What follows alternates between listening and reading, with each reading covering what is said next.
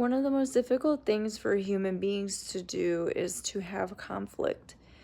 We're often taught in early adulthood that conflict is something to be avoided, is something to be afraid of, and sometimes it's even modeled in a way that makes us absolutely terrified from having conflict blow up and destroy a family. But conflict does not have to be that way. Conflict truly can be something that creates more intimacy in your relationship.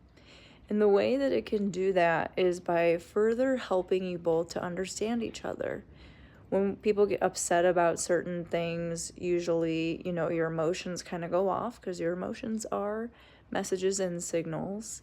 And when they do, that can highlight that something really means something to you or something is very important for you to communicate to your partner.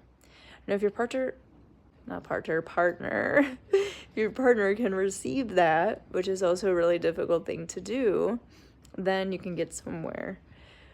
One thing I see happens really often in conflict is that when someone comes to another person with a request or maybe some form of a complaint, we shame spiral.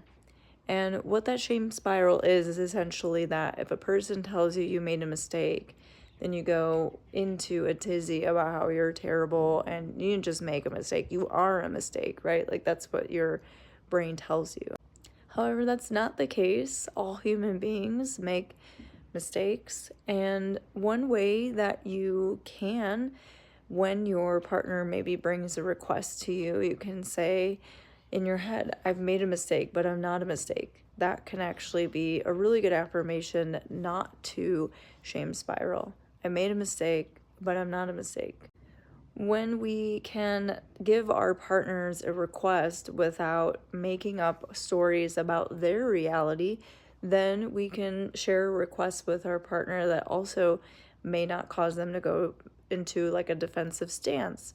So instead of saying like, you left the room and you were pissed and I didn't understand and what the H, whatever, you can say, hey, like in my mind, I made up that when you left the room, it meant that you were sick of me. Am I right to assume that or am I wrong to assume that?